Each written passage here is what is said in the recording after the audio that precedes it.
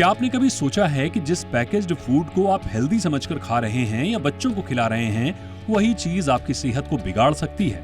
ऐसा हम इसलिए कह रहे हैं क्योंकि पैकेज्ड फूड का आपकी सेहत पर किस तरह से असर पड़ेगा या आपको बीमार कर देगा, इसकी चेतावनी पैकेज्ड फूड पर नहीं लिखी जाती है। लेकिन अब ऐसा नहीं होगा क्योंकि पैकेज्ड फूड को लेकर सुप्रीम कोर्ट ने बड़ा आदेश दिया है।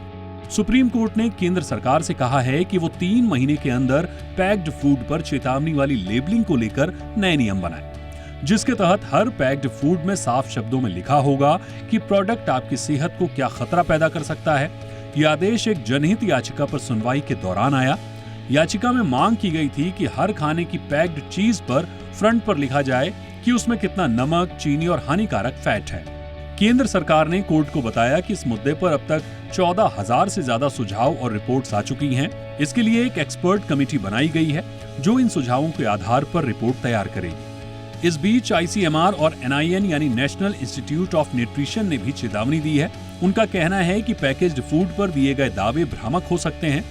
NIN के मुताबिक नेचुरल सिर्फ तब कहा जा सकता है जब उस फूड में कोई एडेड कलर, फ्लेवर या आर्टिफिशियल सब्सटेंस ना हो और वो मिनिमल प्रोसेसिंग से गुजरा हो। लेकिन कंपनियां सिर्फ 1-2 चीजों के आधार पर नेचुरल का टैग लगा देती हैं, जो सीधे सीधे उपभोक्ताओं को भ्रमित करता है।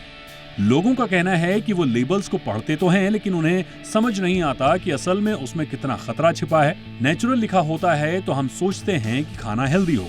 अब सुप्रीम कोर्ट के इस आदेश के बाद उम्मीद की जा रही है कि फसाई यानी food safety and standard authority of India जल्द ही नए लेबलिंग नियम बनाएगी, जिसमें उपभोक्ताओं को सीधे और स्पष्ट चेतावनी मिलेगी।